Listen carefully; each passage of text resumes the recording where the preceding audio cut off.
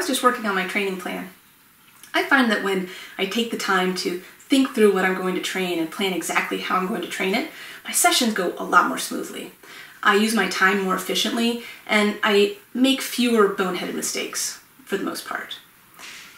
Most importantly, it frees up my brain cells during the actual session so that I can see details in my dog's behavior and make smarter training choices in the heat of the moment. But planning can be hard.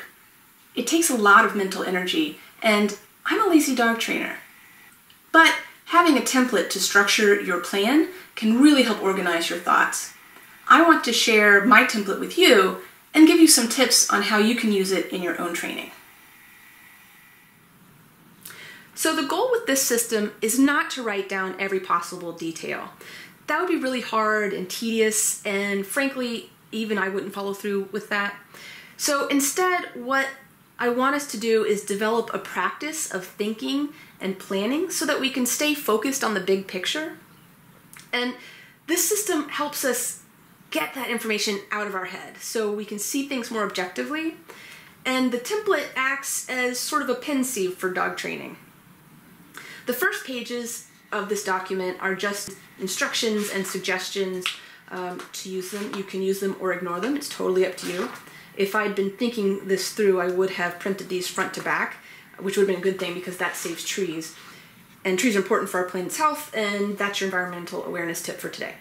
Okay, so the first page we're actually going to write is the skills list. This is where you're just going to list all of the training projects that you're working on.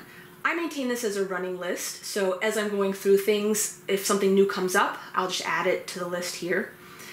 I don't necessarily do this every month. This is usually more like in every other month, sometimes every 3 months if I don't get a whole lot of training done, which sometimes happens.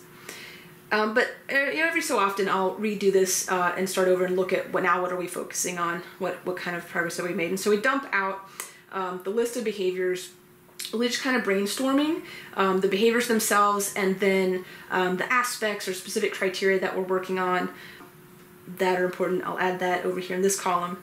And then once we've done that, we can move on to the next page.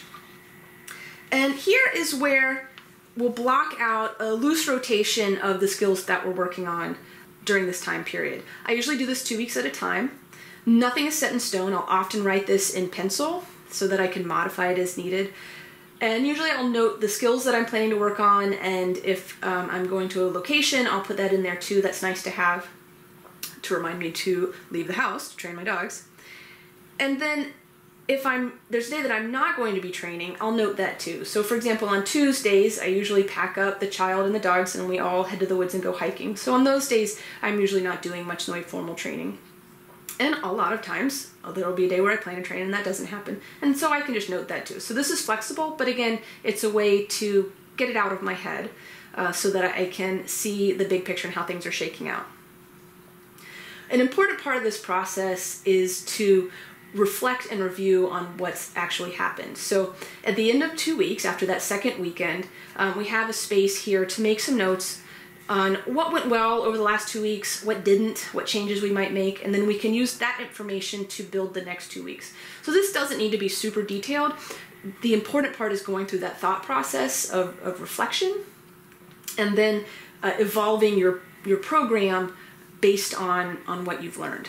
And from there we move to the actual session plan. Now because we've done this already, this big picture thinking, planning the actual sessions gets really easy. So the first up here, the date, the location where I'm actually training, any conditions that are relevant, maybe there's other dogs, maybe there's a kid's soccer game nearby, anything that I might want to remember. The second section down here is for notes, and you can really write anything that you want there. I'll often use it to make a note of any equipment that I want to make sure that I have with me. This is especially important if the training session is going to happen away from home, to make sure that I have the stuff in my car before I leave the house. And then the structure of the actual session itself. So I have spaces for how I'm planning to warm up my dog, each skill that I'm going to work on, and how I'm going to transition between them. And then I always like to end my sessions, or try to focus on, remember to end my sessions with some play, and then have a specific ending ritual. So for each of these, I have space to write the behavior, criteria, how I'm going to reinforce, and then notes, which I usually use for after the session. You don't have to use every square here. Only use what's relevant, what's important for you. Again, the important part is the thought process. So I'm going to warm my dog up. In this case, this is going to be rugby, and so for rugby, I start almost every session with some kind of structured mat or crate games type of thing. And for today, I'm going to start him on the mat, and we're going to do a mat to tug game. So I'm going to reinforce the mat with some food and room service style, and then release him to the tug toy. And my criteria in this case, before we move on, is that he engages fully with the actual toy, the tug toy. And from there, we'll move into working on his pickup, and my criteria for that is the clean grab. So for me, that's just, again, that's shorthand, so it reminds me that, okay, I'm going to mark and reinforce when his mouth closes on the bar cleanly versus the bells, and I'm not going to wait for him to bring it all the way back or for any kind of duration. I'm going to reinforce that with the tug. I'll use a treat magnet to transition him from that retrieve game to working on our weight.